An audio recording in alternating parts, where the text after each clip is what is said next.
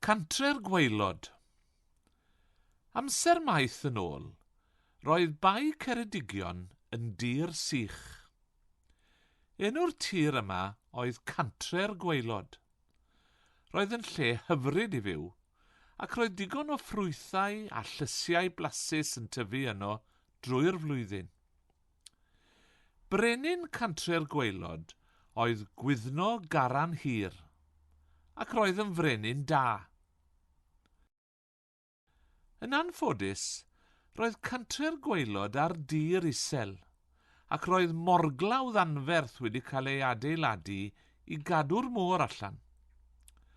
Roedd drysau yn y morglawdd i adael ei ddŵr yr afon lifo allan pan oedd y môr ar drai, ond roedd rhaid cau'r drysau pan oedd y llanw'n codi.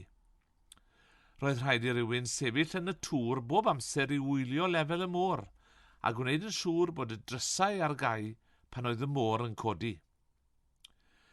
Y person oedd yn gwneud y gwaith pwysig yma oedd dyn o'r enw Seithenyn, a doedd e ddim yn berson addas i wneud y gwaith a dweud y gwir. Roedd Seithenyn yn ddiog ac yn esgeulus, ac roedd e wrth i fodd yn nyfed a meddwi. Un noson, roedd gwledd fawr yng Nghastell Gwyddno Garan Hir, a phawb yn mwynhau digon o fwyd, diod, canu a dawnsio. Hwn oedd y parti gorau ers blynyddoedd. Roedd Seithenyn yn teimlo'n drist iawn yn sefyll yn y tŵr ar ei ben ei hun, yn colli'r holl hwyl a sbri. A fi lawr am funud fach i weld beth sy'n digwydd, meddyliodd. Naeth hynny ddim drwg. Aeth i gefn y neuadd, a gyfodd wydraid bach o win. Ac un bach arall, ac un bach arall.